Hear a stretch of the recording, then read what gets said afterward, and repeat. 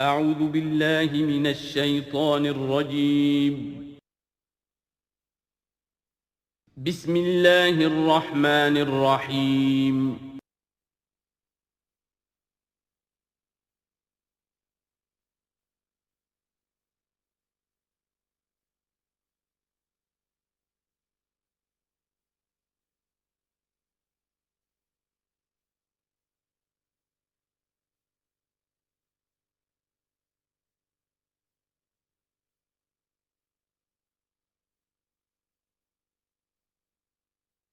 اعوذ باللہ من الشیطان الرجیم بسم اللہ الرحمن الرحیم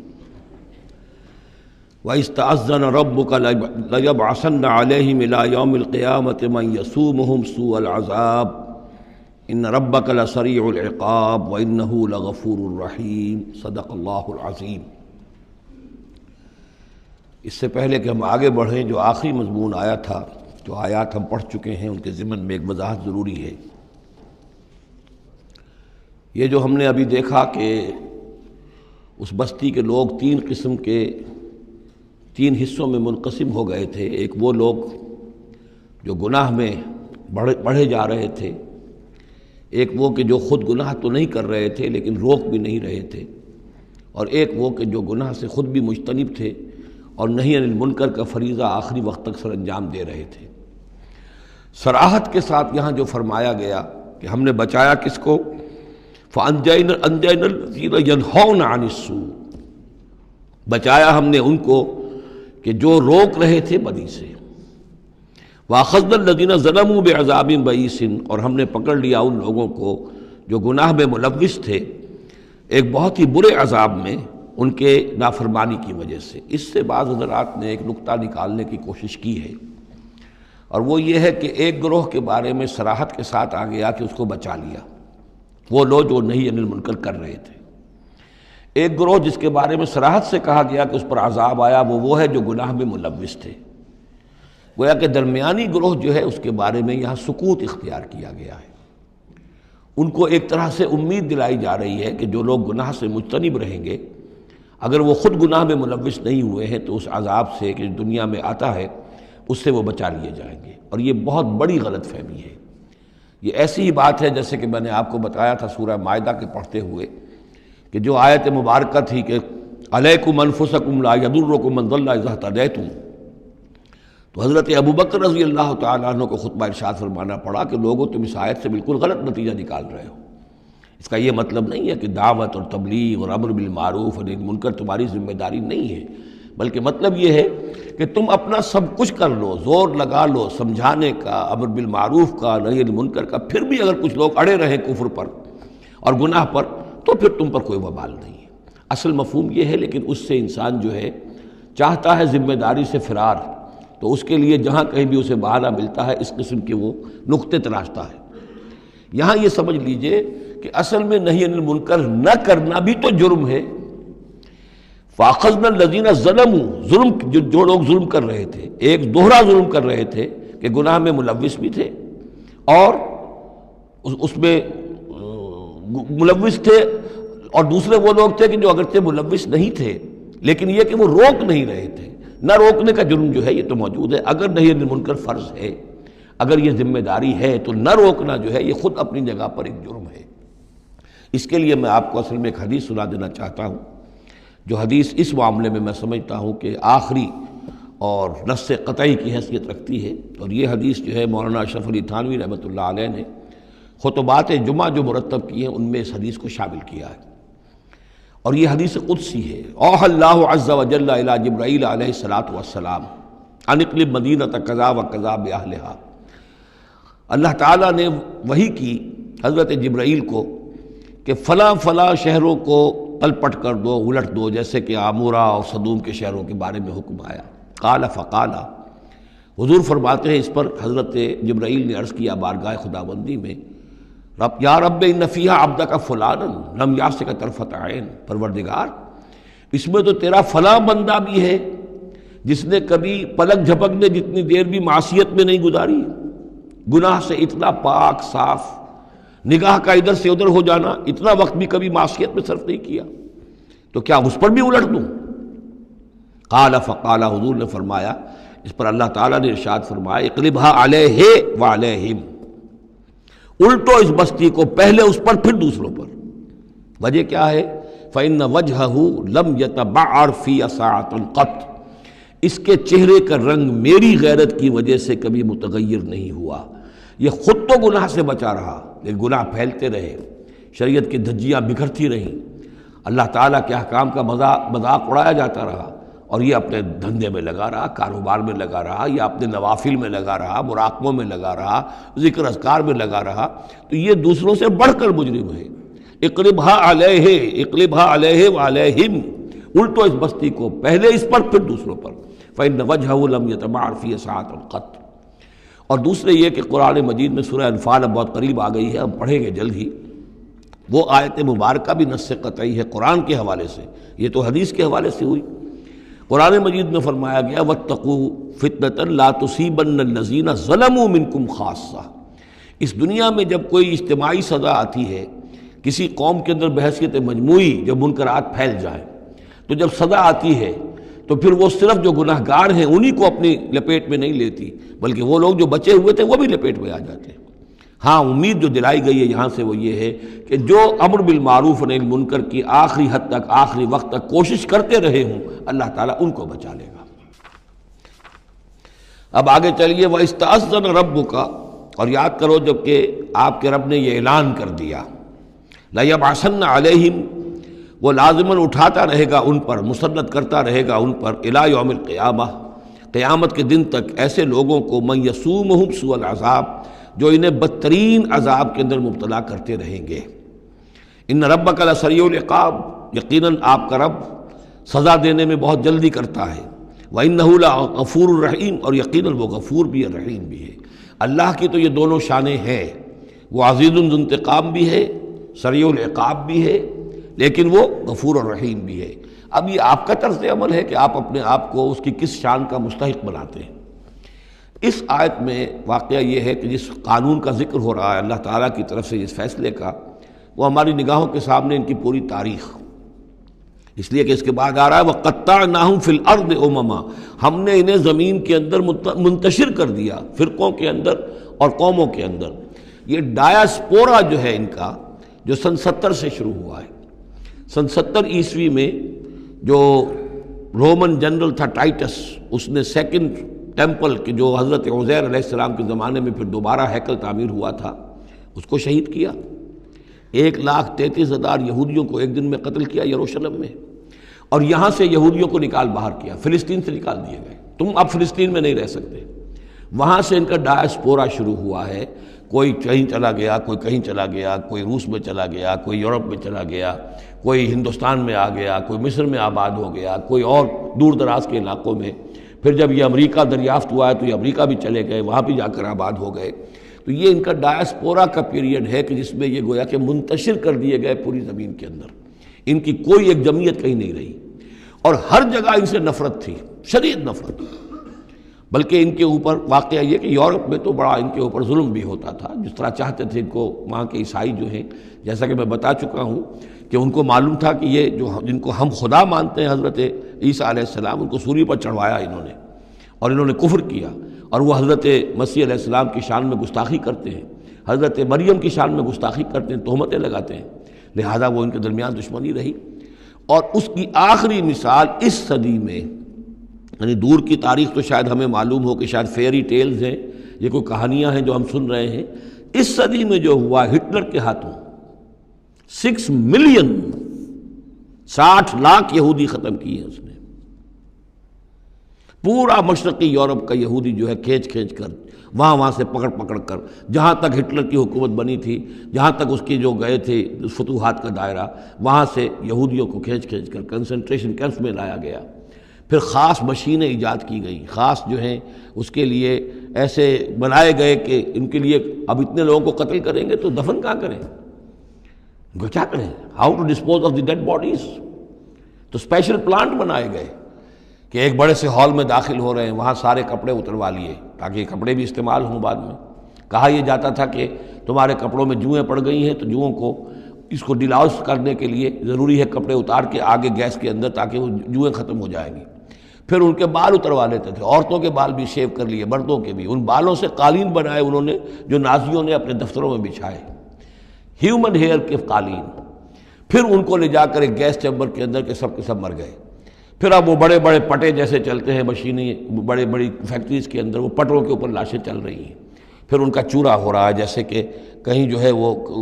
گھاس کاٹا جا رہا ہو یا کوئی اور چارہ جو ہے وہ کترا جا رہا ہو۔ پھر کسی خاص قسم کے کیمیکلز کے اندر ان کو تحلیل کیا کہ آخر میں کیا نکل رہا ہے، نہ کسی گوشت کا پتہ، نہ خون کا پتہ، نہ ہڈی کا پتہ، کسی شے کا پتہ نہیں، ایک بدبودار سیاہ رنگ کا مائع باہر نکل رہا ہے، اور اسے وہ لے گئے اپنے کھیتوں میں اور اسے بنا لیا کھاد۔ یہ کام اس صدی میں ہوا ہے، ہولوکاسٹ۔ اس میں زیادہ سے زیادہ یہ کہتے ہیں کہ یہ کچھ مبالغہ ہے 60 لاکھ کا، 40 لاکھ، تو 40 لاکھ بھی تو کم نہیں ہوتے، 40 لاکھ افراد کا اس طرح ختم ہو جانا۔ استأذن ربک لیبعثن علیہم الی یوم القیامہ، ان کا آخری وقت تو اب آنے والا ہے، وہ زیادہ دور نہیں ہے، لیکن اس سے پہلے جیسے شمع بجھنے سے پہلے بھڑکتی ہے، لہذا وہ ایک بھڑک ہے اس کی کہ جو یہودیوں کی ہے، اسرائیل ہے، ان کی طاقت ہے، ان کی قوت ہے، عربوں پر وہ چھائے ہوئے ہیں۔ اور واقعہ یہ ہے کہ مسلمان جس عذاب کے مستحق ہو چکے ہیں، اور ان میں سے عرب چونکہ ہمارے ہاں اونچے درجے کے، اس اعتبار سے امت کے اندر ان کا مقام اونچا درجے کا ہے کہ حضور عرب تھے، انہی کی زبان میں اللہ کی کتاب ہے، اور ان کی جو اللہ تعالیٰ کے دین کی طرف سے جو انہوں نے پیٹھ پھیری ہے، لہذا اس کی جو سزا انہیں مل رہی ہے وہ یہ ہے کہ ایک مغضوب علیہم قوم کے ہاتھوں ان کی تذلیل ہو رہی ہے،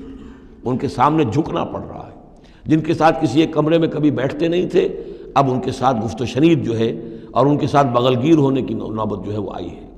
اور ابھی جو کچھ ہونا ہے وہ خیر دوسری بات ہے، میں اس وقت اس میں نہیں جانا چاہتا، وہ آخری وقت بھی آئے گا، پھر جو ہے حضرت مسیح علیہ السلام بھی نازل ہوں گے، اور وہی چونکہ ان کی طرف رسول تھے، رسول اللہ بنی اسرائیل، تو آخری وہ عذاب ہلاکت کہ جو باقی 6 قوموں کا تو آ چکا، حضرت نوح علیہ السلام، حضرت نوح کے سامنے بیٹا جو ہے وہ غرق ہوا کہ نہیں ہوا، حضرت ہود، حضرت صالح، ان سب کے سامنے جو ہے ان کی قومیں ہلاک ہوئیں، تو اب حضرت مسیح کو اٹھا لیا گیا تھا، وہی آئیں گے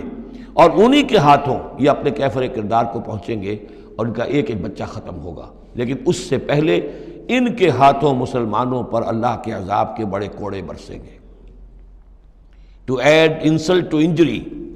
کہ ایک یہودی قوم کے ہاتھوں، مغضوب علیہم قوم کے ہاتھوں پٹائی ہوگی، اور جو ہو رہی ہے،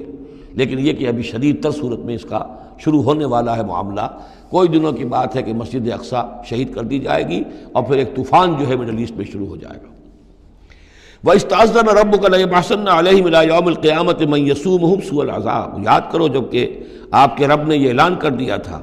کہ وہ لازماً اٹھاتا رہے گا، مسلط کرتا رہے گا ان پر قیامت تک ایسے لوگوں کو جو انہیں بدترین عذاب میں مبتلا کرتے رہیں گے۔ إِنَّ رَبَّكَ لَسَرِيعُ الْعِقَابِ وَإِنَّهُ لَغَفُورٌ رَحِيمٌ وَقَطَّعْنَاهُمْ فِي الْأَرْضِ، ہم نے متفرق کر دیا ان کو زمین میں، امماً، فرقے بن گئے، علیحدہ جماعتیں بن گئیں، اور اب ان کے جھگڑے ہو رہے ہیں، مختلف علاقوں سے جو لوگ آ کر اسرائیل میں آباد ہو رہے ہیں۔ اب ظاہر بات ہے سینکڑوں برس تک کچھ یہودی جو ہیں روس میں رہے، ان کے اپنے کچھ مزاج اور بن گئے ہیں، ان کی شکلوں کے اندر بھی تبدیلی ہو گئی ہے، ان کی زبان بھی کچھ مختلف ہے، تو اب یہ اسرائیل کے اندر ان کے مابین تصادم ہوتا ہے۔ منہم الصالحون ومنہم دون ذلک، ان میں سے ہے کچھ لوگ جو صالح بھی ہیں، لیکن یہ کہ ان میں وہ بھی ہیں کہ جو دوسری طرح کے ہیں، اور طرح کے ہیں۔ وَلَوْنَاهُمْ بِالْحَسَنَاتِ وَالسَّيِّئَاتِ لَعَلَّهُمْ يَرْجِعُونَ، ہم انہیں بھلائی سے اور برائی سے آزمائش کرتے رہے، شاید کہ یہ لوگ لوٹ آئیں۔ فَخَلَفَ مِن بَعْدِهِمْ خَلْفٌ، لیکن یہ کہ ان کے بعد ایسے ناخلف لوگ ان میں پیدا ہو گئے، وَرِثُوا الْكِتَابَ، وہ کتاب کے وارث ہو گئے، وارث بنے، تورات کے وارث بنے۔ یاخذون عرض هذا الادنی، وہ اس دنیا جو ادنا زندگی ہے، دنیا کی ادنا زندگانی، اسی کے ساتھ و سامان کے پیچھے پڑے رہتے ہیں، حاصل کرتے ہیں حلال سے، حرام سے، جائز سے، ناجائز سے۔ وَيَقُولُونَ سَيُغْفَرُ لَنَا، اور کہتے ہیں ہمیں تو بخش دیا جائے گا، ابراہیم کی نسل سے ہیں، اسرائیل کی اولاد ہیں، we are the chosen people of the Lord، سَيُغْفَرُ لَنَا، ہمیں بخش دیا جائے گا۔ وہیں یاتہم عرض مثلہ یاخذوہ، اگر ایسا ہی اور سامان بھی ان کو دیا جائے اور لے لیں گے، حرام سے یہ نہیں دیکھیں گے کہ حلال سے یا حرام سے۔ الم یؤخذ علیہم میثاق الکتاب، کیا ان سے کتاب کا عہد نہیں لیا گیا تھا؟ جب تورات دی گئی تھی تو عہد لیا گیا تھا، اللہ یقول علی اللہ الا الحق، کہ نہیں منسوب کریں گے اللہ کی طرف کوئی بات مگر حق، ودرسوا ما فیہ، اور انہوں نے پڑھا اس کو جو کچھ کہ اس میں تھا۔ والدار الآخرۃ خیر للذین یتقون، اور یقیناً آخرت کا گھر، پچھلا گھر تو بہتر ہے انہی لوگوں کے لیے جنہوں نے تقوی کی روش اختیار کی. فلا تعقلون، تو کیا تم عقل سے کام نہیں لیتے؟ والذین یمسکون بالکتاب واقاموا الصلاۃ، اور رہے وہ لوگ کہ جو کتاب کو مضبوطی کے ساتھ جنہوں نے تھاما، تمسک کیا کتاب کے ساتھ، اور اقاموا الصلاۃ، نماز قائم کی. انا لا نضیع اجر المصلحین، ایسے مصلحین کا اجر ہم ضائع نہیں کریں گے. بات ہے کہ کوئی نہ کوئی لوگ تو ان کے اندر اچھے رہے، آخری وقت تک بھی رہے. وَإِذْ نَتَقْنَا الْجَبَلَ فَوْقَهُمْ، اور یاد کرو جب کہ ہم نے پہاڑ کو ان کے اوپر اٹھا دیا تھا. كَأَنَّهُ ذُلَّةٌ، ایسے ہو گیا تھا جیسے سائبان ہو. وَظَنُّوا أَنَّهُ واقع بِهِمْ، اور انہیں یقین ہو گیا تھا کہ ابھی ہم پر گرا کہ گرا. خُذُوا مَا آتَيْنَاكُمْ بِقُوَّةٍ، اور ہم نے اس وقت کہا تھا کہ تھامو اس کو مضبوطی کے ساتھ جو ہم نے تمہیں دیا ہے، اس کتاب کو مضبوطی سے تھامو، اس کو پوری قوت کے ساتھ اپنی اس کا تمسک کرو. وَاذْكُرُوا مَا فِيهِ لَعَلَّكُمْ تَتَّقُونَ، اور جو کچھ اس میں ہے اس کو یاد رکھو، مستحضر رکھو، تاکہ تم بچتے رہو اور تمہارے اندر تقویٰ کی روش پیدا ہو جائے. وَإِذْ أَخَذَ رَبُّكَ مِن بَنِي آدَمَ مِن ظُهُورِهِمْ ذُرِّيَّتَهُمْ، اور یاد کرو جب کہ نکالے اللہ نے، آپ کے رب نے، تمام بنی آدم کی پیٹھوں سے ان کی نسل کو. اب یہ کہ یہ اصل میں تو معاملہ ہو رہا ہے عالم الارواح میں، جبکہ ابھی جسد پیدا ہی نہیں ہوئے تھے. لیکن دو ہی شکلیں ہو سکتی تھی، یا تو لوگوں کو یہ ساری بات پہلے بتائی گئی ہوتی، عالم ارواح ہے، پہلی تخلیق یہ ہے، دوسری تخلیق یہ ہے. عالم ارواح میں یہ قول و قرار دیا گیا.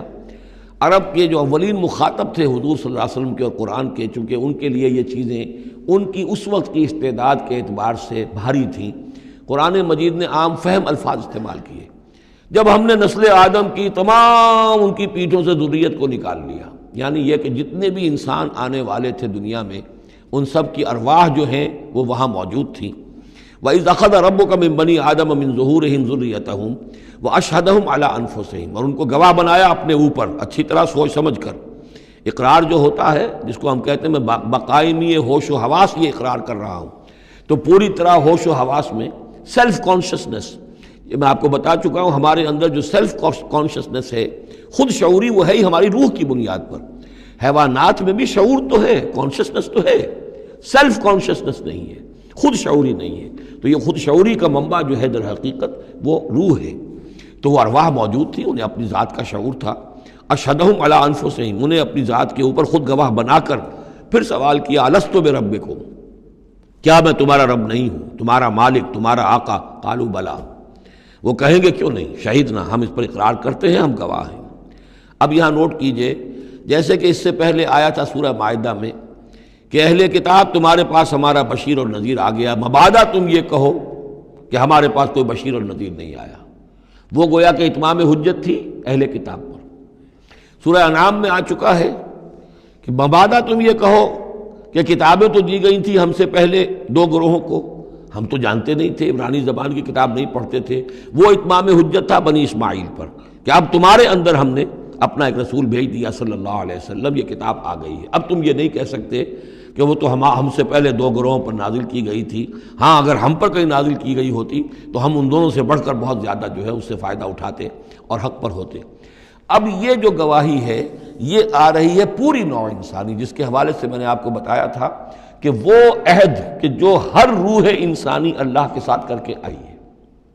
کوئی نبی نہ آتا، کوئی کتاب نہ آتی، تب بھی یہ عہد بنیاد ہے مؤاخذہ اخروی کی،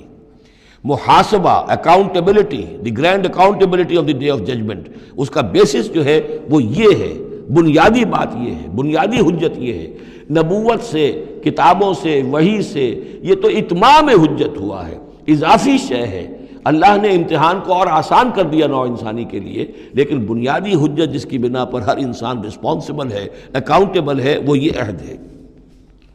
ان تقولوا یوم القیامت انا کنا عن ھذا غافلین، مبادا تم کہو قیامت کے دن کہ ہم تو اس سے غافل تھے. او تقولوا انما اشرک آباؤنا من قبل، یا تم یہ کہو، یہ پلی لے لو کہ ہمارے آباء و اجداد تھے، انہوں نے شرک کیا تھا. وَكُنَّا ذُرِّيَّةً مِّن بَعْدِهِمْ، ہم ان کے بعد ان کی نسل میں سے تھے، ہم ان کے راستے پر چلتے رہے، لہذا اصل جرم تو ان کا ہے، ہمارا نہیں. أَفَتُهْلِكُنَا بِمَا فَعَلَ الْمُبْطِلُونَ، تو کیا پروردگار تو ہمیں ہلاک کرے گا ان لوگوں کے فعل کی وجہ سے کہ جنہوں نے یہ باطل ایجاد کیا تھا. ایجاد تو انہوں نے کیا تھا، ہم تو موجد نہیں ہیں، ہم تو ان کے مقلد تھے، متبع تھے. وَكَذَلِكَ نُفَصِّلُ الْآيَاتِ وَلَعَلَّهُمْ يَرْجِعُونَ، اور اسی طریقے سے ہم اپنی آیات کو تفصیل سے بیان کر دیتے ہیں تاکہ وہ لوٹیں، شاید کہ وہ لوٹیں، سوچیں، غور کریں، رجوع کریں۔ اب ایک واقعہ آ رہا ہے ایک شخصیت کا، اور اس کی تمثیل کے پیرائے میں، ویسے تو یہ واقعہ ہے، یہ صرف کوئی تشبیہ نہیں ہے، لیکن یہ کہ اس کو تمثیلاً لائے ہیں۔ افراد اور اقوام کا کوئی معاملہ ایسا بھی ہوتا ہے کہ کسی قوم کو یا کسی فرد کو اللہ نے کوئی بہت اونچا مقام دیا ہو، بہت اس پر اکرام فرمایا ہو، بہت انعام کیا ہو، لیکن پھر یہ کہ وہ اپنی کسی ایک ہی خباثت کی وجہ سے اور کسی ایک بڑی غلطی جو ہے گراوٹ کی وجہ سے وہ اپنی تمام ان فضیلتوں سے محروم ہو جائے اور بالکل شیطان کا چیلا بن کر رہ جائے۔ وَاتْلُ عَلَيْهِمْ نَبَأَ الَّذِي آتَيْنَاهُ آيَاتِنَا، یہ بلعام بن باورہ، اس کی تفصیل جو ہے تورات میں ہے۔ یہ ایک اسرائیلی تھا، بہت نیک، عابد، زاہد، عالم، تورات کا بہت بڑا عالم، عابد اور زاہد، اور لوگ جو ہیں اس کی بہت عزت کرتے تھے، احترام کرتے تھے، اولیاء اللہ میں سے تھا۔ وَاتْلُ عَلَيْهِمْ نَبَأَ الَّذِي آتَيْنَاهُ آيَاتِنَا، نبأ ہے اس لیے یہ واقعہ ہے، یہ صرف مثال نہیں ہے۔ ان کو سنائیے خبر اس شخص کی جس کو ہم نے اپنی آیات عطا کی تھی۔ اس سے میں یہ مفہوم لیتا ہوں کہ صاحب کرامت بزرگ تھا، یعنی جو آیات جو ہیں یہاں پر خاص طور پر کرامت کے لیے آ رہا ہے۔ فَانْسَلَخَ مِنْهَا، وہ اس میں سے نکل بھاگا۔ فَأَتْبَعَهُ الشَّيْطَانُ، تو شیطان اس کے پیچھے لگ گیا۔ یہاں بھی ایک نکتہ بہت اہم ہے، پہلے انسان خود غلطی کرتا ہے، شیطان مجبور نہیں کر سکتا کسی کو غلطی پر۔ اِنَّ عِبَادِي لَيْسَ لَكَ عَلَيْهِمْ سُلْطَانٌ، کوئی اختیار کسی بندے پر شیطان کو حاصل نہیں ہے۔ غلطی خود کرے گا، اب شیطان جو ہے اس کا پیچھا کرے گا، اور اب اس کو، جس کو ہم کہتے ہیں ہمارے پنجاب میں یہ کہا جاتا ہے برے کو گھر تک پہنچا کے رہنا، کہ اب یہ کہ اسے کہیں راستے میں چھوڑے گا نہیں بلکہ آخری برائی کی آخری منزل تک پہنچائے گا۔ وَاتْلُ عَلَيْهِمْ نَبَأَ الَّذِي آتَيْنَاهُ آيَاتِنَا فَانْسَلَخَ مِنْهَا فَأَتْبَعَهُ الشَّيْطَانُ فَكَانَ مِنَ الْغَاوِينَ، تو وہ ہو گیا گمراہوں میں۔ وَلَوْ شِئْنَا لَرَفَعْنَاهُ بِهَا، ہم چاہتے تو اسے ان آیات اور جو بھی اس کے پاس علم تھا اس کے ذریعے سے ہم اسے اور بلند کرتے اور اونچا مقام دیتے۔ وَلَكِنَّهُ أَخْلَدَ إِلَى الْأَرْضِ، مگر وہ تو زمین کی طرف دھنستا چلا گیا۔ یہ زمین کی طرف دھنسنا کیا ہے؟ ایک ہمارا جسد ہے، یہ حیوانی جسد، یہ زمین سے آیا ہے، منہا خلقناکم، اور اس کے تقاضے ہیں۔ ایک وہ روح ہے جو عہد کر کے آئی ہے الستو بربکم، ان کے درمیان کشاکش ہے۔ روح چاہتی ہے اوپر اٹھنا، کل شیء یرجع الی اصلہ، ہر شے اپنی بنیاد اور اپنی جڑ کی طرف، اپنے منبع اور سرچشمے کی طرف لوٹنا چاہتی ہے، لہذا روح اوپر اٹھنا چاہتی ہے، وہ اوپر سے آئی ہے۔ یہ جسم جو ہے، یہ ہمارا حیوانی جسد، یہ زمین سے آیا ہے، اس کی ساری توجہات زمین کی طرف ہیں، یہیں کا مال و متاع ہو، یہیں سے اس کی خوراک آ رہی ہے، یہیں سے اس کی تقویت کا سامان آ رہا ہے، ساری چیزیں یہ۔ اب یہ جو کشاکش ہے، انسان کی روح وہ اللہ کی طرف جانا چاہتی ہے، اور یہ جسم جو ہے یہ دنیاوی لذتوں میں، عیش میں، دنیا کے اندر جو ہے حلال سے حرام سے جو بھی حاصل کیا جا سکے، بابر بعیش کوش کہ عالم دوبارہ نیست۔ اب اگر کوئی شخص فیصلہ کر لیتا ہے زمین کی طرف بیٹھنے کا، تو گویا کہ اب اس نے اپنے آپ کو اللہ تعالیٰ کی توفیق سے وہ محروم کر لیا۔ فَانْسَلَخَ مِنْهَا، اب وہ روح سسکتی رہے گی، احتجاج کرتی رہے گی، سسکتی رہے گی، ایک وقت میں آ کر شاید وہ مر جائے، اس پر موت وارد ہو جائے، اور وہ زندہ ہونے کی شکل میں بھی وہ در حقیقت ایک مقبرہ بن جائے یا تعزیہ بن جائے کہ روح اس کے اندر دفن ہو چکی ہے۔ تو نظر آ رہا چلتا پھرتا انسان، حقیقت میں وہ انسان تو مر چکا، اندر روح جو ہے وہ دفن ہو چکی، اب جو چل رہا ہے وہ حیوان انسان چل رہا ہے، وہ انسان جو تھا وہ تو مر چکا۔ تو یہ ہے وَلَكِنَّهُ أَخْلَدَ إِلَى الْأَرْضِ، زمینی خواہشات، زمینی آرزوئیں، یہ نچلے درجے کی سفلی قسم کی خواہشات، سفلی آرزوئیں اور امنگیں، وَاتَّبَعَ هَوَاهُ، اور اس نے پیروی کی اپنی خواہشات کی۔ فَمَثَلُهُ كَمَثَلِ الْكَلْبِ، تو اس کی مثال کتے کی سی ہے، ان تحمل علیہ یلہث او تترکہ یلہث، وہ ہر وقت ہی ہانپتا رہتا ہے، کوئی اس کے اوپر بوجھ رکھیے تب بھی ہانپے گا، اور ویسے بھی وہ اس کی زبان باہر نکلی ہوتی ہے، ہانپتا رہتا ہے۔ اسی طرح کا معاملہ ہے کہ اللہ نے تو اس کو اپنی نعمتیں عطا کی، لیکن وہ بدبخت ان کی قدر کرنے کی بجائے اس کتے کے مانند ہانپنے لگا اور زمین ہی کی طرف، اور کتا آپ نے دیکھا ہوگا چلتا ہوا سونگتا جاتا ہے زمین کو، ہر وقت سونگے گا زمین کو۔ ذالک مثل القوم الذین کذبوا بآیاتنا، یہی مثال ہے اس قوم کی بھی جنہوں نے ہماری آیات کو جھٹلایا۔ اور یہاں پھر نوٹ کیجئے کہ پاکستانی قوم اس کی سب سے بڑی مثال ہے۔ پاکستان کا بن جانا معجزہ تھا، کسی حساب کتاب میں آنے والی شے نہیں۔ پھر پاکستان کا قائم رہ جانا معجزہ تھا، انگریزوں کو بھی اور ہندوؤں کو بھی یقین تھا کہ پاکستان قائم نہیں رہ سکتا، وائبل نہیں ہے، ختم ہو جائے،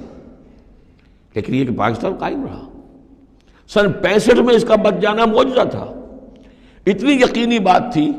کہ BBC ٹیلی ویژن کے اوپر دکھا دیا گیا فال آف لاہور، لاہور جو ہے وہ بھارتی فوج داخل ہو چکی ہے، قبضہ کر چکی ہے، اتنی یقینی بات تھی۔ شام کو جم خانہ میں شراب پینے کا پکا پروگرام تھا،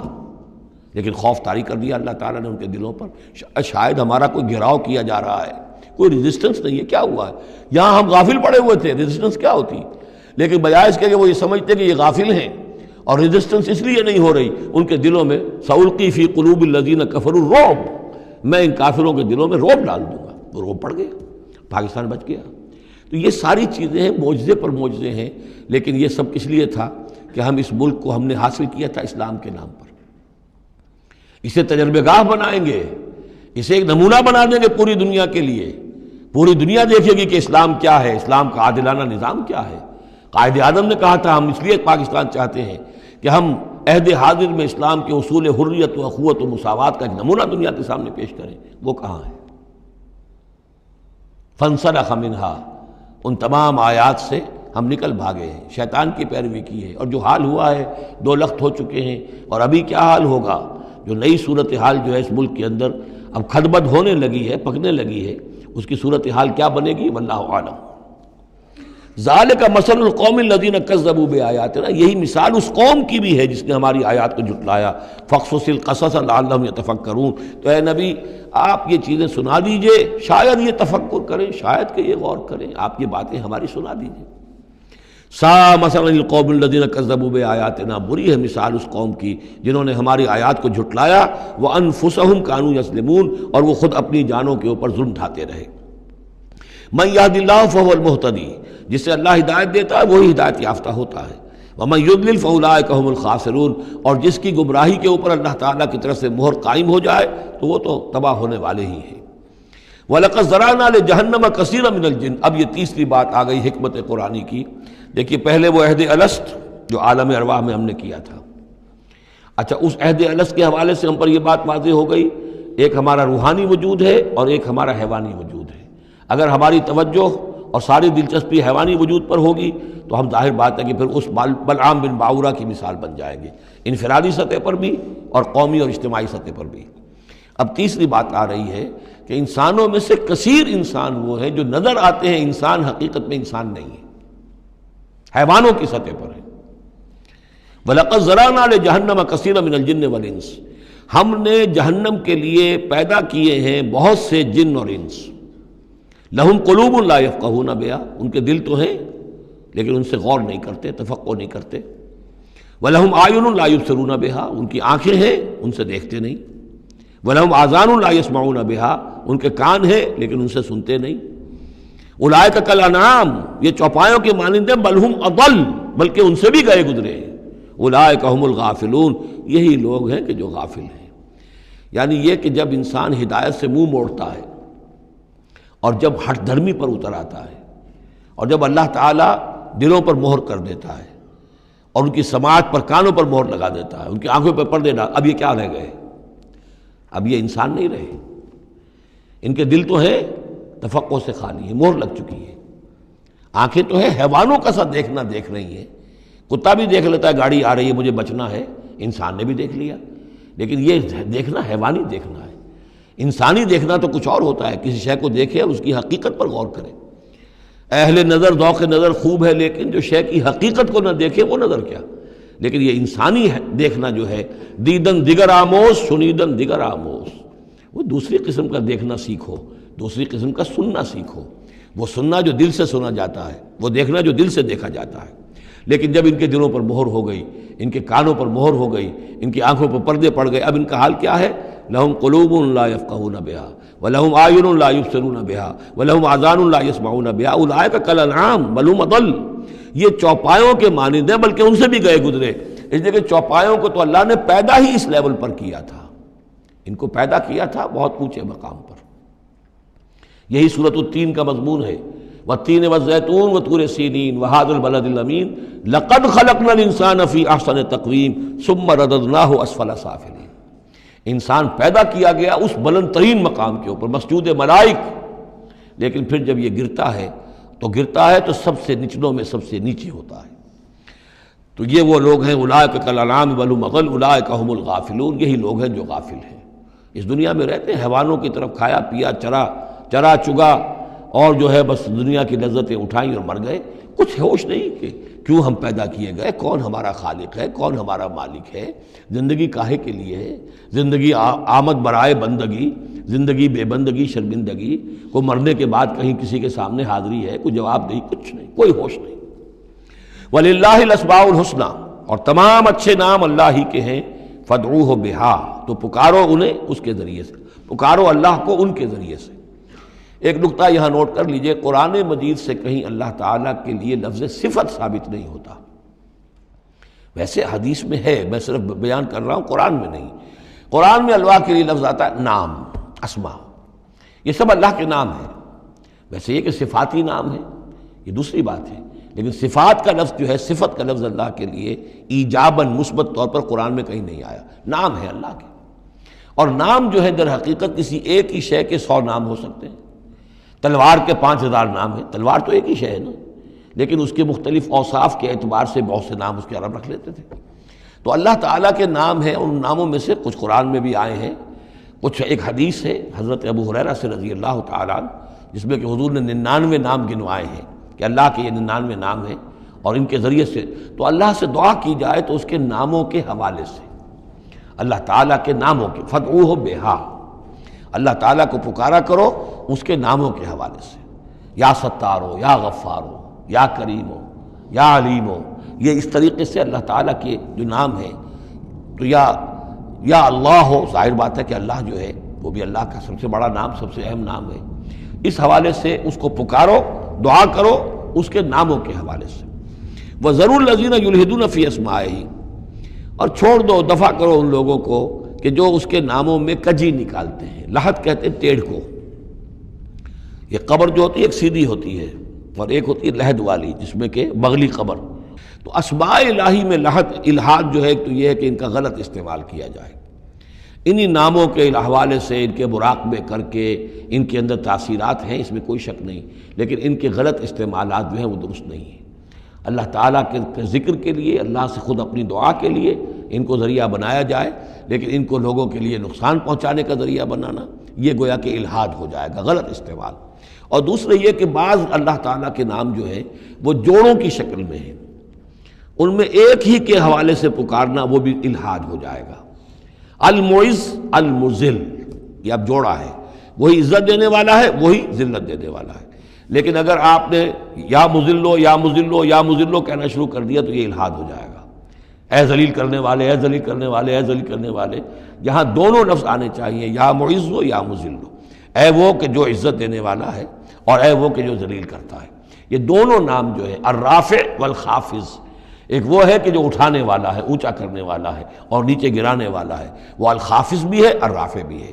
المعز بھی ہے، المذل بھی ہے، المحیی بھی ہے، الممیت بھی ہے، زندہ رکھنے والا بھی ہے، موت وارد کرنے والا بھی ہے. تو یہ جو جوڑوں کے نام ہیں ان کو ساتھ ساتھ ہی ہمیشہ رکھنا چاہیے. سَيُجْزَوْنَ مَا كَانُوا يَعْمَلُونَ، القریب وہ بدلہ پائیں گے اپنے اعمال کا. وَمِمَّنْ خَلَقْنَا أُمَّةٌ يَهْدُونَ بِالْحَقِّ وَبِهِ يَعْدِلُونَ، اور جو انسان ہم نے پیدا کیے ہیں ان میں یقیناً ہر دور میں کچھ لوگ رہے ہیں، ایسی جماعتیں رہی ہیں. اور جیسے کہ حضور نے ضمانت دی ہے کہ میری امت میں ایک طبقہ، ایک جماعت، ایک گروہ ضرور، لا تزال فی امتی طائفۃ قائمین علی الحق، حق پر قائم رہے گی. تو فرمایا وہ یہدون بالحق، جو حق کی ہدایت بھی دیتے رہیں گے، اور بہی یعدلون، اور حق ہی کے ساتھ عدل بھی کرتے رہیں گے. والذین کذبوا بآیاتنا سنستدرجهم من حیث لا یعلمون، باقی رہے وہ لوگ کہ جو ہماری آیات کی تکذیب کرتے ہیں تو ہم رفتہ رفتہ سہج سہج ان کو لے آئیں گے وہاں سے جہاں انہیں پتہ بھی نہیں ہوگا. استدراج اسے کہتے ہیں کہ ایک شخص کفر کے راستے میں بڑھتا جا رہا ہے، لیکن اس کی کامیابیاں دنیا میں بڑھتی جا رہی ہیں، وہ اور بڑھ رہا ہے اور بڑھ رہا ہے. وہ سمجھ رہا ہے اللہ کا فضل ہو رہا ہے مجھ پر، حالانکہ اصل میں اللہ تعالیٰ نے اس کی رسی دراز کی ہے تاکہ اور گناہ جو اس نے کمانے ہیں وہ کما لے. اس کو استدراج کہتے ہیں، اور یہ بہت بڑا فتنہ ہے.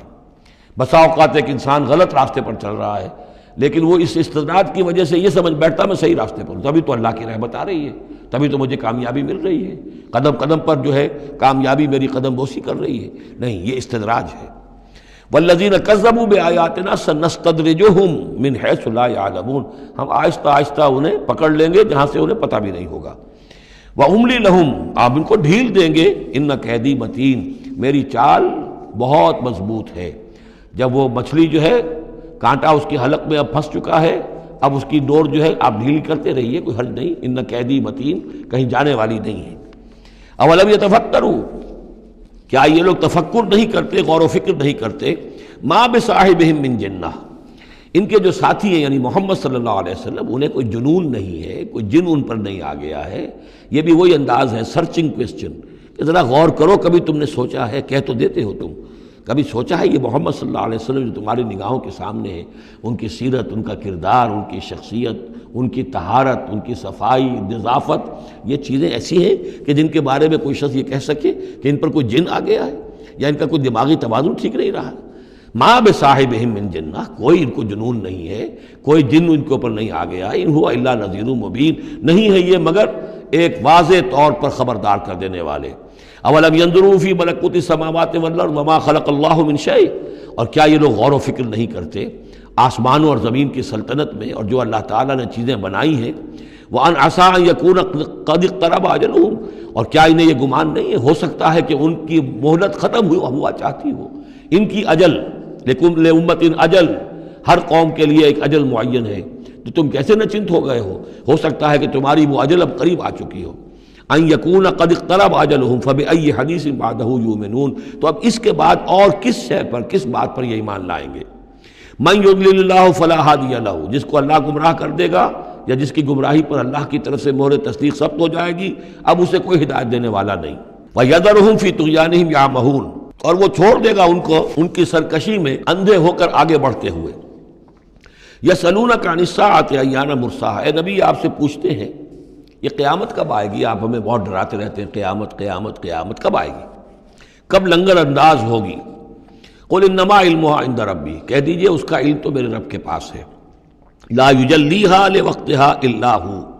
نہیں روشن کرے گا اسے اس کے وقت پر مگر خود وہ،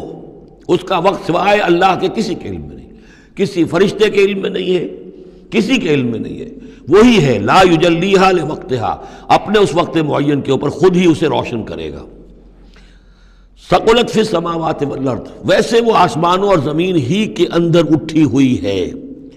حمل اسی کے اندر ہے اس کا، یعنی یوں سمجھیے کہ ہر شے کے اندر جو تخلیق کی گئی ہے اس کی فنا بھی اسی شے میں موجود ہے۔ ہر تخلیق جو ہے اس کی ایک اجل مسمى ہے، تو گویا کہ اس کی موت اس کے ساتھ ہی ہے، ہم اپنی موت اپنے ساتھ لیے پھر رہے ہیں۔ اسی طرح یہ کائنات جو ہے جس کی تخلیق کی گئی ہے، یہ گویا کہ وہ جو جیسے کسی کا حمل ہوتا ہے عورت کا، وہ حمل لیے پھر رہی ہو، اسی طریقے سے یہ کائنات اپنی اس قیامت کو اٹھائے پھر رہی ہے۔ ثقلت فی السماوات والارض لا تأتیکم الا بغتۃ، لیکن نہیں آئے گی تم پر مگر اچانک۔ یسألونک کأنک حفی عنہا، اے نبی آپ سے تو یہ اس طرح پوچھتے ہیں گویا کہ آپ اس کی کھوج میں لگے ہوئے ہیں، آپ کو یہی فکر دامنگیر ہے قیامت کب آئے گی، حالانکہ آپ کا اس سے کوئی سروکار نہیں، یہ ہمارا معاملہ ہے۔ قل انما علمھا عند اللہ، کہہ دیجئے اس کا علم تو صرف اللہ کے پاس ہے، ولکن اکثر الناس لا یعلمون، لیکن اکثر لوگ علم نہیں رکھتے۔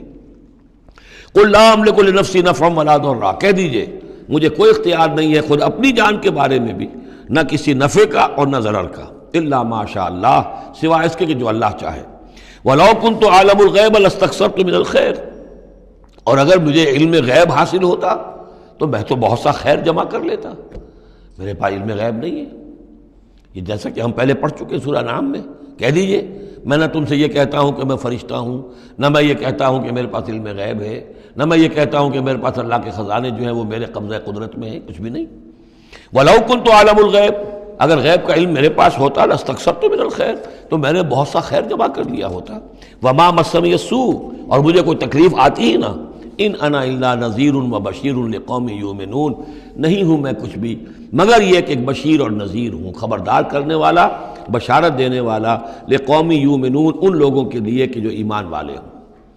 هو الذی خلقکم من نفس واحدۃ، وہی ہے جس نے تمہیں پیدا کیا ایک جان سے، وجعل منہا زوجہا، اور اسی سے بنایا اس کا جوڑا، لیسکن الیہا، تاکہ وہ سکون حاصل کرے اس کی طرف۔ اس کی طرف میں اشارہ کر چکا ہوں سورہ بقرہ میں بھی۔ وابتغوا ما کتب اللہ لک، کہ یہ جو معاملہ ہے شوہر اور بیوی کا، اس میں یہاں جہاں اولاد کا معاملہ ہے وہاں ایک تسکین بھی ہے، سکون بھی ہے۔ فلما تغشاہا، تو جب شوہر ڈھانپ لیتا ہے اپنی بیوی کو، حملت، اور اس سے حمل ہو جاتا ہے، حملاً خفیفاً، اور وہ ہلکا حمل ہوتا ہے، ابھی پتہ بھی نہیں چلتا کہ کوئی حمل ٹھہر گیا ہے، فمرت بہ، تو وہ اس کو لے کر چلتی پھرتی رہتی ہے۔ فلما اثقلت، جب بوجھل ہو جاتی ہے، دعوا اللہ ربہما، تو اب وہ دونوں اللہ کو پکارتے ہیں، اپنے رب کو، لئن آتیتنا صالحا، اے اللہ اگر یہ بچہ تو ہمیں عطا کر دے گا صحت مند، صحیح، درست، ہر نک سکھ سے صحیح ہو، اس کے تمام اعضاء درست ہوں، لئن آتیتنا صالحا لنکونن من الشاکرین، تو ہم بڑا شکر ادا کریں گے، بڑا ہم تیرا احسان مانیں گے۔ فلما آتاہما صالحا، اور جب اللہ تعالیٰ نے انہیں عطا کر دیا درست بھلا چنگا بچہ، جعلا لہ شرکاء، اب اس میں شریک ٹھہرا دیے، یہ فلاں بزرگ کے مزار پہ میں گئی تھی، یہ ان کی نگاہ کرم ہوئی ہے، اور یہ فلاں جو ہے دیوی کی کرپا ہو گئی ہے کہ جس کی وجہ سے مجھے اولاد مل گئی ہے، دیا اللہ نے، اور اب یہاں پہ اس کے لیے دیوی اور دیوتا یاد آ گئے۔ فتعال اللہ عما یشرکون، تو اللہ بہت بلند و بالا ہے ان کے شرک سے۔ ایشرکون ما لا یخلق شیئا وہم یخلقون، کیا وہ ان چیزوں کو شریک کر رہے ہیں اللہ کے ساتھ جو کوئی شے تخلیق کرتے ہی نہیں، وہ تو خود مخلوق ہیں، فرشتے ہیں تو مخلوق ہیں، جنات ہیں تو مخلوق ہیں، انبیاء ہیں تو مخلوق ہیں، اولیاء اللہ ہیں تو مخلوق ہیں، یہ تو خود مخلوق ہیں، سب کے سب مخلوق ہیں۔ ایشرکون ما لا یخلق شیئا وہم یخلقون ولا یستطیعون لهم نصرا ولا انفسهم ینصرون، نہ وہ ان کی مدد کر سکتے ہیں نہ وہ اپنی مدد پر قادر ہیں، وہ تو سب کے سب جو ہے اللہ کے بندے ہیں۔ ان تدعوهم الی الہدی، اب یہاں پر تدریجاً بات لائی جا رہی ہے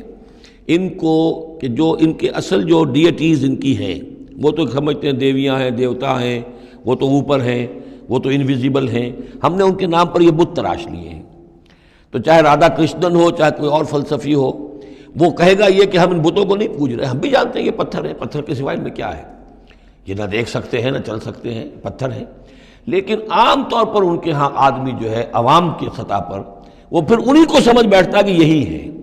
اور چومتا ہے، چاٹتا ہے، جو بھی کرتا ہے، ان کا دھون پیتا ہے، ان کے سامنے ڈنڈوت کرتا ہے، ان کے سامنے جو ہے حلوے مانڈے پیش کرتا ہے، تو عوامی سطح پر ذہن میں یہی آ جاتا ہے کہ یہی ہیں معبود جن کو کہ ہم پوج رہے ہیں، اور انہی کے اندر قدرت ہے ہماری مشکل کشائی کی۔ اب ادھر رخ آ رہا ہے، ان تدعوہم الی الہدی، اگر تم پکارو انہیں ہدایت کے لیے کہ تمہیں راستہ دکھا دیں، لا یتبعوکم، وہ تمہاری طرف توجہ ہی نہیں کر سکیں گے، سواء علیکم ادعوتموہم ام انتم صامتون، برابر ہے تم پر کہ تم انہیں پکارو یا خاموش رہو۔ ان الذین تدعون من دون اللہ عباد امثالکم، ہاں جنہیں تم پکار رہے ہو، جنہیں دیوتا اور دیوی بنا لیا ہے، فرشتے ہیں یا اولیاء اللہ ہیں، وہ بھی تمہاری طرح کے بندے ہیں، عباد امثالکم، وہ تمہاری طرح کے بندے ہیں، فادعوہم فلیستجیبوا لکم ان کنتم صادقین، تو پکارو ان کو اور پھر دیکھو اگر تم سچے ہو تو پھر ان کی طرف سے تمہیں کوئی جواب ملنا چاہیے، کوئی وحی آنی چاہیے۔ لیکن یہ کہ ہم نے تو انہیں تمہاری اس، بلکہ آئے گا قرآن مجید میں آگے چل کر کہ وہ کہیں گے کہ ہم تو غافل تھے، ہمیں تو پتہ نہیں تھا کہ تم ہمیں پکارتے رہے، ہمیں ہماری دعائی دیتے رہے اور ہم سے مانگتے رہے، یا شیخ عبد القادر جیلانی شیئا للہ، ہمیں کیا پتہ تم نے یہ ہمارے ساتھ حماقتیں کی ہیں، ہمیں تو کوئی معلوم نہیں، تو وہ تو کہیں گے غافل ہیں ہم۔ اب یہاں بتوں کی طرف اشارہ ہو رہا ہے، ام لہم ارجل یمشون بہا، کیا ان کے پاؤں ہیں، تم نے بنا تو دیے پاؤں، کیا چلتے بھی ہیں ان سے؟ ام لہم ایدین یبطشون بہا، ہاتھ بھی تم نے بنا دیے ان کے، لیکن کیا یہ اس سے پکڑ بھی سکتے ہیں؟ ام لہم اعین یبصرون بہا، کیا ان کی آنکھیں ہیں جن سے یہ دیکھتے ہوں؟ ام لہم آذان یسمعون بہا، یا ان کے جو کان ہیں ان سے یہ سنتے ہیں؟ قل ادعوا شرکاءکم، اے نبی اب کہہ دیجئے، اب یہ قول فیصل ہے، جیسے حضرت ابراہیم سے کہلوا دیا گیا تھا، انی بریء مما تشرکون، اور تم جو بھی کچھ تمہارے یہ معبود ہیں جو میرا بگاڑنا چاہیں بگاڑ لیں، مجھے کوئی خوف نہیں۔ قل ادعوا شرکاءکم، اے نبی ان سے کہہ دیے پکار لو اپنے سارے شریکوں کو، ثم کیدون، اور پھر میرے خلاف جو چالیں چل سکتے ہو چل لو، جو بھی اقدام کر سکتے ہو کر لو، فلا تنظرون، مجھے کوئی مہلت نہ دو، میں تم سے کوئی درخواست نہیں کرتا کہ میرے ساتھ نرمی کرو، مجھے مہلت دو، جو بگاڑ سکتے ہو بگاڑ لو اپنے سارے معبودوں کو پکار کر۔ ان ولی اللہ الذی نزل الکتاب، میرا ولی، میرا پشت پناہ، میرا مددگار، میرا حمایتی، میرا حفاظت کرنے والا وہ اللہ ہے جس نے یہ کتاب مجھ پر نازل کی ہے۔ وَهُوَ يَتَوَلَّى الصَّالِحِينَ، اور وہ اپنے صالح بندوں کا ولی ہے، ان کا ساتھی ہے، مددگار ہے، پشت پناہ ہے۔ وَالَّذِينَ تَدْعُونَ مِن دُونِهِ لَا يَسْتَطِيعُونَ نَصْرَكُمْ، جنہیں تم پکار رہے ہو اس کو چھوڑ کر وہ تمہاری مدد کی استطاعت ہی نہیں رکھتے، ان کے اندر طاقت ہی نہیں ہے۔ وَلَا أَنفُسَهُمْ يَنصُرُونَ، نہ وہ اپنی جان بچا سکیں گے۔ وَإِن تَدْعُوهُمْ إِلَى الْهُدَىٰ لَا يَسْمَعُوا، اگر تم انہیں ہدایت کے لیے پکارو کہ ہمیں کوئی ہدایت دے، جیسے ہم اللہ کو پکارتے ہیں اہدنا الصراط المستقیم، اہدنا الصراط المستقیم، تو وہ تو تمہیں لا یسمع، وہ سنتے ہی نہیں، تم پکارتے رہو۔ وَتَرَاهُمْ يَنظُرُونَ إِلَيْكَ وَهُمْ لَا يُبْصِرُونَ، اور تم سمجھتے ہو کہ وہ تمہیں دیکھ رہے ہیں جبکہ وہ دیکھتے ہی نہیں۔ خُذِ الْعَفْوَ وَأْمُرْ بِالْعُرْفِ، اے نبی صلی اللہ علیہ وسلم، اب یہ آخر میں پھر حضور سے خطاب، یہ اکثر مکی صورتوں میں ہوتا ہے، اختتام پر حضور سے التفات۔ خُذِ الْعَفْوَ، اے نبی عفو کو، درگزر کو تھام لیجئے، یعنی آپ ان سے زیادہ بحث میں، ان سے زیادہ کسی تلخی میں، کسی اس طرح کے معاملے میں الجھیے نہیں، معاف کیجئے، چھوڑیے ان کو، دفع کیجئے۔ خُذِ الْعَفْوَ وَأْمُرْ بِالْمَعْرُوفِ، اور بھلی بات کا حکم دیتے رہیے، جو بھی اچھی بات ہے اس کی طرف دعوت دیتے رہیے، آپ کا کام ہے دعوت دینا۔ وَأَعْرِضْ عَنِ الْجَاهِلِينَ، اور جو آپ سے الجھنا چاہیں ان سے اعراض کیجئے، خام خواہ، جیسے کہ آگے آئے گا سورہ فرقان میں، وَإِذَا خَاطَبَهُمُ الْجَاهِلُونَ قَالُوا سَلَامًا، جب جاہل الجھنا چاہتے ہیں ان عباد الرحمن سے، وہ کہتے ہیں سلام، ہم آپ سے لا نبتغی الجاہلین، ہم جاہلوں کے سر نہیں لگنا چاہتے، منہ نہیں آنا چاہتے۔ تو فرمایا آپ یہ تین الفاظ آئے ہیں، خذ العفو، یہ ایک داعی کے لیے بڑی بنیادی چیزیں ہیں،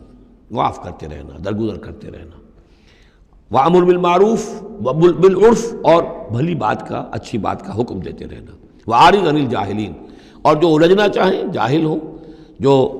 جذباتی لوگ ہیں، مشتعل مزاج ہیں، ان سے اعراض۔ وَإِمَّا يَنزَغَنَّكَ مِنَ الشَّيْطَانِ نَزْغٌ، اور اگر کبھی کوئی چھوت لگ ہی جائے آپ کو شیطان کی طرف سے، نزع کھینچ لینا، نزغ مس کر جانا، چھو جانا، چھوت، عین اور غین کا یہ فرق ہو گیا، یعنی یہ کہ کبھی آپ کو غصہ آئی جائے، آخر ظاہر بات ہے بربنائے طب بشری کبھی غصہ آئی جاتا ہے، آخر آئی گیا تھا حضور کو غزوہ احد میں، کیف یہدی اللہ قوما خضبوا وجہ نبیہم بالدم، کیسے اللہ ہدایت دے گا اس قوم کو جس نے اپنے نبی کے چہرے کو خون سے رنگ دیا، غصہ آ گیا تھا۔ لیس لک من الامر، اے نبی آپ کے ہاتھ میں اختیار نہیں ہے، ہدایت اور ضلالت کا اختیار ہمارے ہاتھ میں ہے۔ اسی طریقے سے اے نبی اگر کبھی غصہ آ جائے، فرمایا وَإِمَّا يَنزَغَنَّكَ مِنَ الشَّيْطَانِ نَزْغٌ فَاسْتَعِذْ بِاللَّهِ، فوراً اللہ کی پناہ طلب کرو، إِنَّهُ سَمِيعٌ عَلِيمٌ۔ اور یہ پھر آگے چل کر حامیم السجدہ میں بھی یہ آیت آئے گی، إِنَّهُ هُوَ السَّمِيعُ الْعَلِيمُ، یقیناً وہی ہے سب کچھ سننے والا اور سب کچھ جاننے والا۔ إِنَّ الَّذِينَ اتَّقَوْا إِذَا مَسَّهُمْ طَائِفٌ مِّنَ الشَّيْطَانِ تَذَكَّرُوا، اور یہی روش ہے تقوی والوں کی، جن لوگوں کے اندر تقوی ہوتا ہے، جب ان پر کوئی گزر ہو جاتا ہے شیطان کے کسی سائے کا، اذا مسہم طائف من الشیطان، شیطان کا کوئی ان کے اوپر گزر ہو گیا، کوئی سایہ پڑ گیا، تذکروا، فوراً وہ چوکنے ہو جاتے ہیں، فوراً ہوش میں آ جاتے ہیں کہ یہ کیا ہوا، ہم پر کچھ اثر پڑ گیا تھا، کچھ عارضی طور پر کچھ غفلت سے طاری ہو گئی تھی، جیسے کہ خود حضور فرماتے ہیں صلی اللہ علیہ وسلم، انہ لا یغان علی قلبی، میرے دل پر بھی کبھی کبھی حجاب سا آ جاتا ہے، وَإِنِّي لَأَسْتَغْفِرُ اللَّهَ 70 مرۃ فی کل یوم، اور میں روزانہ 70 مرتبہ اللہ سے استغفار کرتا ہوں۔ لیکن یہ سمجھ لیجئے کہ ہمارے دل کے اوپر حجاب وہ بہت اور شے ہے، اور حضور کے قلب مبارک پر حجاب، آپ کے قلب مبارک کا حجاب جو ہے وہ ہماری 100 حضوریوں، لاکھوں حضوریوں سے بڑھ کر جو ہے وہ حضوری کے درجے میں ہوگا، لیکن جو انٹینسٹی ہے، جو تعلق مع اللہ کی انٹینسٹی ہے، اس میں ذرا سی کمی بھی آ گئی ہے تو اس سے حضور نے تعبیر کیا کہ میرے بھی دل پر کبھی کبھی حجاب آ جاتا ہے، انہ لا یغان علی قلبی، انٹینسٹی تو کم ہو گئی نا، یہ بجلی جس پاور کی ہے ذرا سی کم ہو جائے گی تو ایک دفعہ تو آپ کو محسوس ہوگا اندھیرا ہو گیا، حالانکہ بجلی ہے، روشنی ہے، اندھیرا نہیں ہوا ہے، لیکن اس کی پاور کم ہوئی ہے۔ تو فرمایا کہ انہ لا یغان علی قلبی وانی لاستغفر اللہ 70 مرۃ فی کل یوم۔ ان الذین اتقوا اذا مسهم طائف من الشیطان تذکروا، تو فوراً وہ چوکنے ہو جاتے ہیں، یاد کرتے ہیں، فاذا هم مبصرون، اور ان کی آنکھیں کھل جاتی ہیں، انہیں حقائق نظر آنے لگتے ہیں، وقتی سا جو سایہ پڑ گیا تھا اس سے وہ فوراً نکل آتے ہیں۔ وَإِخْوَانُهُمْ يَمُدُّونَهُمْ، باقی جو شیطانوں کے بھائی ہیں انہیں شیطان گھسیٹ کر لے جاتے ہیں، فی الغی، وہ اس کجی کے اندر وہ گھسیٹتے ہوئے دور تک پہنچاتے ہیں، جیسے بلعم بن باعورہ کو پہنچایا کہ اسے آخری حد تک پہنچا کر دم لیا۔ تو شیطانوں کا جو ولی ہوگا پھر شیطان کا تو اس کے اوپر زور چلے گا، لیکن جو اللہ کے بندے ہیں ان پر تو شیطان کا اختیار ہے ہی نہیں۔ وہ تو یہ کہ جیسے ہی ذرا سا ان کے اوپر کوئی اثر پڑا بھی، کوئی سایہ سا آیا بھی تو فوراً چونک گئے اور اللہ کی طرف متوجہ ہو گئے۔ ثم لا یقصرون، پھر وہ کمی نہیں کرتے، اسے آخری منزل جو ہے گمراہی کی وہاں تک پہنچا کر رہتے ہیں۔ وَإِذَا لَمْ تَأْتِهِمْ بِآیَةٍ، اب دیکھیے یہ عمود ان دونوں صورتوں کا، خاص طور پر انعام کا، آیت لاؤ، نشانی لاؤ، معجزہ دکھاؤ، نبوت منوانا چاہتے ہو، رسالت منوانا چاہتے ہو تو دکھاؤ معجزہ، حصی معجزہ، جیسے موسیٰ کو ملے، جیسے عیسیٰ کو ملے، وغیرہ وغیرہ۔ اب اس کو سم اپ کر رہے ہیں، وَإِذَا لَمْ تَأْتِهِمْ بِآیَةٍ، اے نبی جب آپ ان کے پاس کوئی معجزہ نہیں لائے، قالوا، انہوں نے کہا لولا اجتبیتہا، کیوں نہیں کوئی چن کر لے آتے، کہیں سے چھانٹ کر لے آتے، تو اب تمہارا دعویٰ یہ ہے تم اللہ کے رسول ہو، محبوب ہو، تو کیا وجہ ہے، کیوں رہ گئے، کس وجہ سے؟ لولا اجتبیتہا، کہیں سے کوئی چھانٹی کر کے، کہیں سے کوشش کر کے لے آتے۔ قل انما اتبع ما یوحی الی، اس زمن میں ایک واقعہ میں نے پڑھا تھا، یہ تفسیر کبیر میں، امام راضی کی تفسیر میں، کہ حضور کے ایک پھپھی زاد بھائی تھے، اگرچہ وہ ایمان نہیں لائے تھے لیکن حضور سے ہمدردی رکھتے تھے، ساتھ رہتے تھے، تعاون کرتے تھے، جہاں کہیں حضور جاتے تھے دل میں نرمی تھی ان کے، اور امید تھی حضور کو کہ حضور ایمان لے آئیں گے۔ لیکن جب آخری معاملہ یہ ہوا کہ جو سرداران قریش تھے انہوں نے گویا کہ ان کے اپنے زوم میں انہوں نے حجت قائم کر دی، اے نبی یہ معجزہ دکھا دو، اے محمد چلو مان لیں گے، چلو یہ نہیں دکھا سکتے یہ دکھا دو، یہ نہیں دکھا سکتے یہ دکھا دو، وہ سب سورہ بنی اسرائیل میں آئے گا۔ تو جب یہ ساری باتیں حضور نے کہا نہیں میرے اختیار میں نہیں ہے، یہ تو اللہ تعالیٰ کا فیصلہ ہے، اللہ جب چاہے گا دکھائے گا، میرے اختیار میں نہیں ہے۔ تو پھر وہاں سے حضور جب اٹھے سب وہاں تو شور مچ گیا، پھر ظاہر بات ہے کہ وہ تو تالی پٹ گئی ہوگی کہ بس رہ گئے ان کی، اب تو یہ تو ہمارے جو عوام ہیں انہوں نے کہا ہوگا کہ ہمارے سردار تو جیت گئے، اس لیے کہ یہ تو ناکام رہ گئے، انہوں نے تو آخری درجے میں کہہ دیا یہ نہیں دکھا سکتے یہ دکھا دو، یہ نہیں دکھا سکتے یہ دکھا دو، یہ معجزہ نہیں تو یہ دکھا دو، یہ نہیں تو یہ دکھا دو، کوئی بھی نہیں دکھا سکتے۔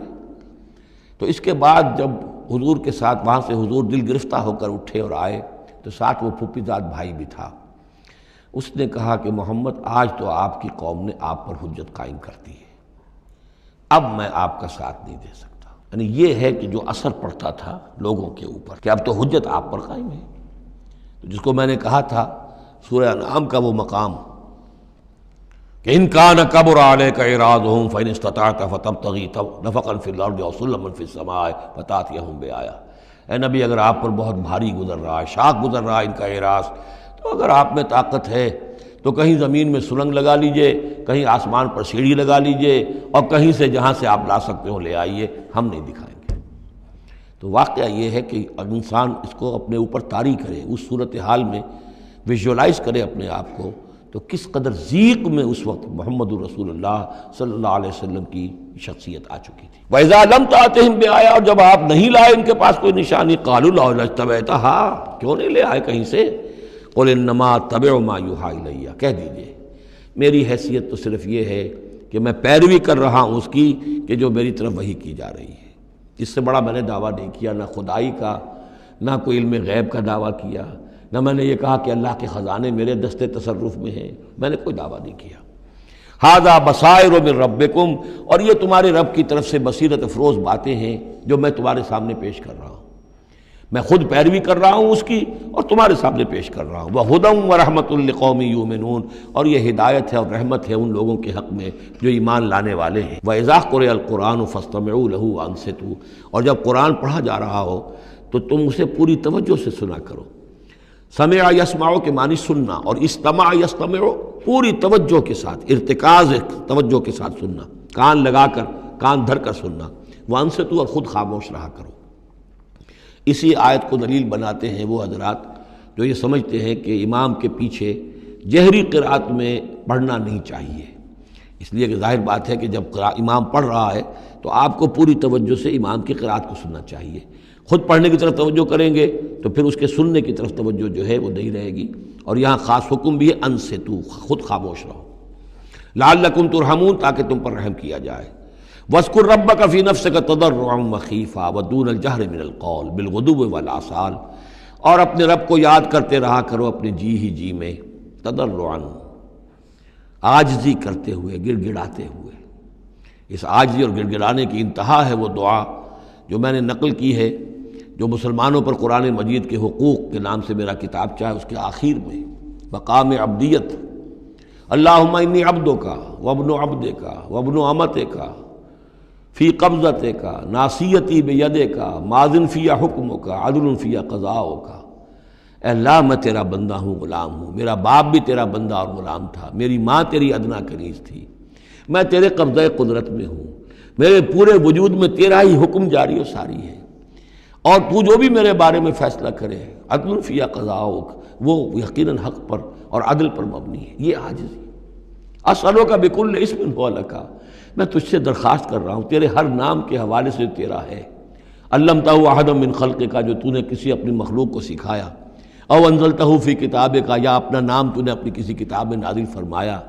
اب استاثرت بہ فی مکنون الغیب عندک، یا اپنے اس نام کو تو نے اپنے پاس ہی غیب میں ہی کہیں چھپا کر رکھا ہوا ہے، خزانہ بنایا ہوا ہے۔ میں ان تمام ناموں کے حوالوں سے سوال کے حوالے و واسطے سے آپ سے درخواست کرتا ہوں ان تجعل القرآن ربیع قلبی و نور صدری و جلاء حزنی و ذہاب ہمی و غمی، قرآن کو میرے سینے کا نور بنا دے، میرے دل کا سرور بنا دے، میرے تفکرات کا ازالے کا ذریعہ بنا دے، میرے غموں کا اور تفکرات اور جو بھی پریشانیاں ہیں ان کے ازالے کا ذریعہ بنا دے۔ یہ ہے دعا محمد رسول اللہ کی۔ اب خاص طور پر چونکہ آیت پہلے آ گئی تھی وَإِذَا قُرِئَ الْقُرْآنُ فَاسْتَمِعُوا لَهُ وَأَنصِتُوا، تو اسی کے حوالے سے یہ دعا جو ہے یہ خاص طور پر جو ہے مسلمانوں پر قرآن مجید کے حقوق، اور کیا عظمت قرآن کی ہے کہ اللہ تعالیٰ سے جو سوال کر رہے ہیں حضور کہ قرآن کو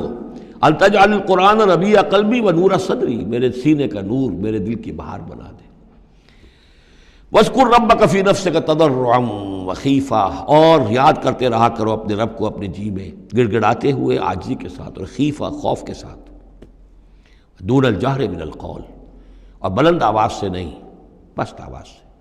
لیکن یہ ضرور ہے کہ آدمی دعا مانگے تو ایسے مانگے کہ خود سن لے۔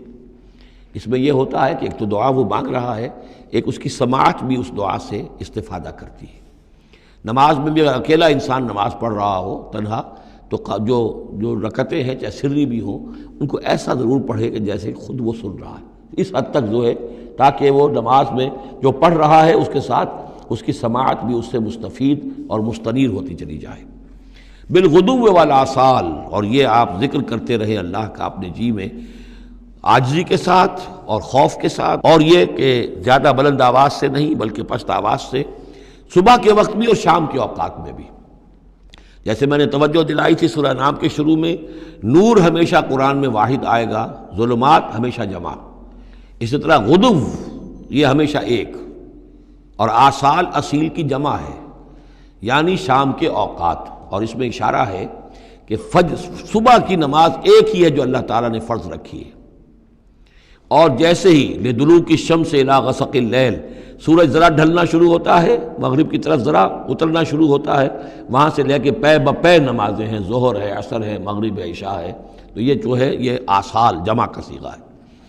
بالغدو والآصال، غدو والآصال، ولا تکن من الغافلین، اور غافلوں میں سے نہ ہو جائیے۔ ان الذین عند ربک، یقیناً وہ بزرگ ہستیاں، وہ ملائکہ مقربین، وہ ملائے اعلیٰ جو اپنے رب کے پاس ہیں، مقربین ہیں، قریب ترین ہیں، وہ جس کے بارے میں امیر خسرو نے کہا ہے کہ خدا خود میر محفل بود اندر لامکاں خسرو، محمد شمع محفل بود شب جائے کہ من بودم۔ ایک لامکاں کی محفل وہ بھی ہے جہاں کا میر مجلس اللہ ہے، اور جہاں فرشتے ہیں، ملائکہ مقربین ہیں، اور محمد رسول اللہ روح محمدی وہاں گویا کہ چراغ اور شمع کی حیثیت سے ہے۔ تو ان الذین عند ربک لا یستکبرون عن عبادتہ، وہ جو اس کے قریب ترین ہیں وہ بھی اس کی عبادت سے استکبار نہیں کرتے، استکبار کی بنیاد پر عبادت سے دستکش نہیں ہوتے۔ وَيُسَبِّحُونَهُ، اور اس کی تسبیح کرتے رہتے ہیں، وہ لَهُ يَسْجُدُونَ، اور اس کے لیے سجدے کرتے رہتے ہیں۔ بارک اللہ لی ولکم فی القرآن العظیم ونفعنی وإیاکم بالآیات والذکر الحکیم۔